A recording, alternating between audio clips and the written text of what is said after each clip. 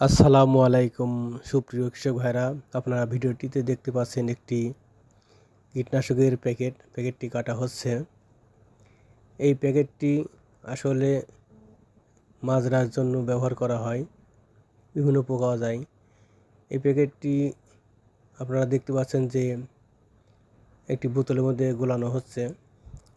এই প্যাকেটটির নাম হলো অটো কোম্পানির ভেনজা।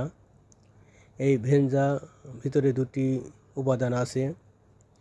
একটি হলো অ্যাবামেটিন, যেটা মাকড়নাশক, এবং আরেকটি হলো বিটা-সাইপারমেথ্রিন।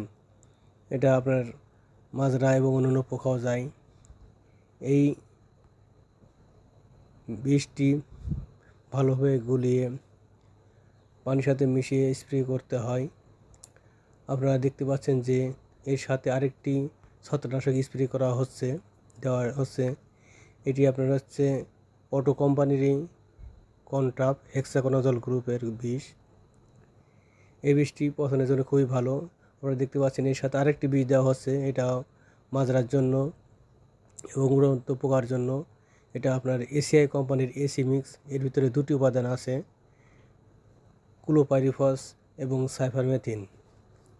এই বিষগুলো একসাথে স্প্রে করলে পারে আপনার অনেক দিন জমিতে আপনারা পোকা থেকে রক্ষা পাবেন এবং ধানগুলো খুব সুন্দর এবং ভালো হবে।